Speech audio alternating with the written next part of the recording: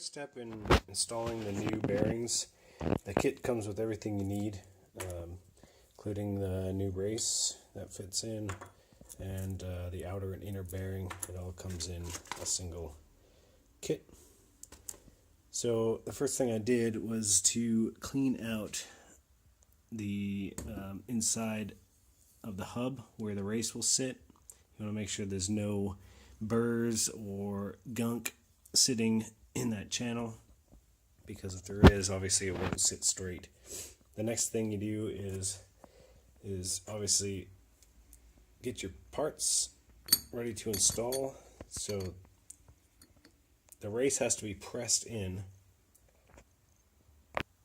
and in order to press the race in, you need a tool such as this. So this comes in a kit with a bunch of different size bearing press heads, and then you just attach it and find the right one that fits. It should fit so that it slides all the way down and doesn't catch on the outsides, but it also needs to fit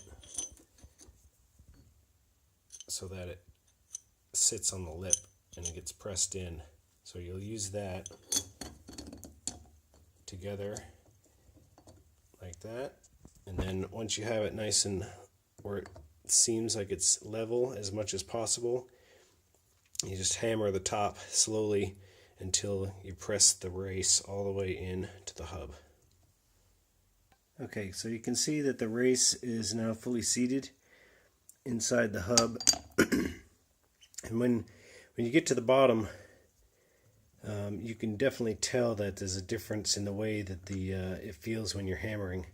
So you'll know you kind of bottomed out, and just hit it a couple more times. Make sure that it's bottomed out around the whole of the race. And the best way to do it, you can't see it in this video, but is to look from the other side down through and make sure that it's all the way seated on the lip that goes around the inside.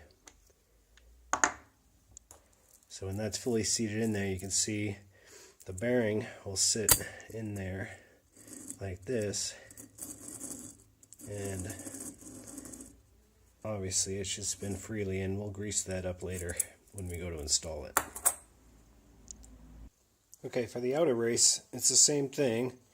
Obviously use a different size of press. Actually, this one that I'm using here is a 1.75 inch, and it works perfectly. So, and just take it nice and slow, and it should go in nice and smooth.